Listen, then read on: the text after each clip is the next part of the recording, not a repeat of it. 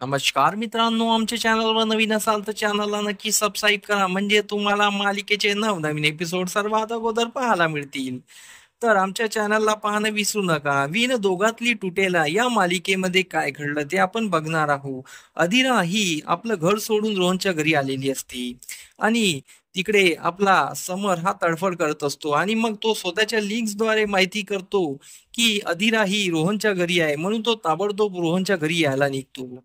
इकडे स्वानंदीला वाटलं असतं की आपण काही करून समर साहेबांना कळवावं, कारण की आपली एक खात्री करावी की त्यांना माहिती असावं की त्यांची बहीण ती आपल्या घरी आहे. कारण की अधिरा ही नादान आहे, ती काही बोलत असते, पण आपल्याला त्यांना कळवलं पाहिजे. म्हणून स्वानंदी खाली येत असते, तर तेवढ्या तिथे समोर पोहोचलेला असतो.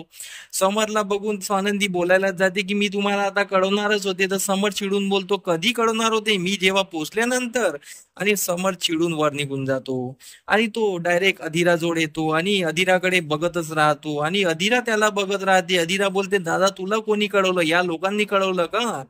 तर समर रागात बोलतो की या लोकांनी कळवायचं, मला एक खात्री होती की हे लोक मला कळवणार, पण ते काही तसं झालेलं नाही, यांनी मला कळवलेलं नाही आहे.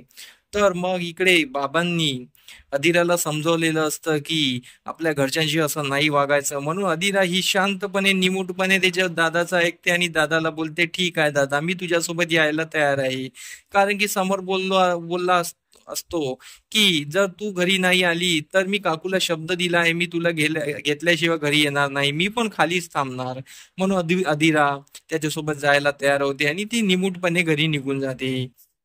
पण गेल्यानंतर इकडे रोहनची आई तकपक करत असते आणि बोलत असते, माझ्या इकडे अशी मुलं आहे की ज्यांना डोकंच नाही आहे आणि ती मुलगी माझ्या मुलाने निवडली आहे, ती पण अशीच आहे, तिला श्रीमंती नको आहे आणि माझ्या मुलालाही श्रीमंती नको आहे. असे लोक माझ्या नांदी पडले आहेत. तर तिची चिडचिड होत असते. तर मग बाबा तिला समजवत असतात की ही तुझा लोभीपणा आहे, ही तुझी समजूत नाही आहे, तू मुलांची समजूत नाही काढत आहे, त्यांना लोभीपणाचा कळस दाखवत आहे. आणि मग ती शांत होते. त्यानंतर इकडे अधिराची वाट बघत असते, तेवढा समर तिला घेऊन आलेला असतो. समरला ती थँक्यू बोलत असते, तू आहे म्हणून माझी मुलगी आज घरी आलेली आहे. तर मग समर तिला घरी आणतो आणि ती वर निघून जाते. तर समरने ठरवलेलं असते की आता आपण अधिराचं लग्न रोहनशीच करून द्यायचं, म्हणून ते दोघं आता रोहनच्या घरी येणार आहे आणि रोहनला लग्नाची मागणी घालणार आहे आणि लग्नाची तारीख तय करणार आहे. तर रोहन उठून बोलत असतो की तुम्हाला माझी दुसरी अट माहिती आहे ना, की माझ्या बहिणीचं लग्न झाल्याशिवाय मी लग्न करणार नाही.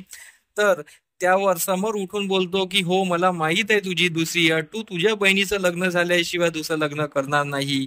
तर मी तुझ्या बहिणीच्या लग्नाची जबाबदारी घेतो आणि तिच्यासाठी योग्य तो मुलगा मी निवडील आणि त्यांचं अगोदर लग्न लावून देईल आणि मगच तुमच्या दोघांचं लग्न लावून देईल. हे बोलत असताना स्वानंदी समोरकडे बघतच असते आणि मग स्वानंदी बाहेर समोरला बोलते, तुम्ही कशी काय माझ्या लग्नाची जबाबदारी घेतली? माझं लग्न मी बघून घेईल. तर समोर बोलतो, मी शब्द दिला म्हणजे दिला, मी आता तुमच्यासाठी मुलगा बघणार.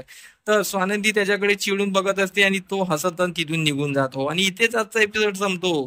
तर आपल्याला समोरील भागात पाहणं रंजक ठरणार आहे की समर त्या स्वानंदीसाठी मुलगा बघणार आहे आणि त्यासाठी स्वानंदी आणि समर एकत्र येणार आहे आणि त्यांच्यात प्रेम निर्माण होणार आहे आणि असाच काही मालिकेमध्ये अपडेट येणार आहे. तर आमचा एपिसोड कसा वाटला मला कमेंट करून नक्की सांगा. धन्यवाद. आमचा एपिसोड तुम्हाला कसा वाटला हे आम्हाला कमेंट करून नक्की सांगा. आम्ही तुमच्यासाठी नवनवीन एपिसोड घेऊन येत राहू. त्यासाठी आमच्या व्हिडिओला बघत राहा. धन्यवाद.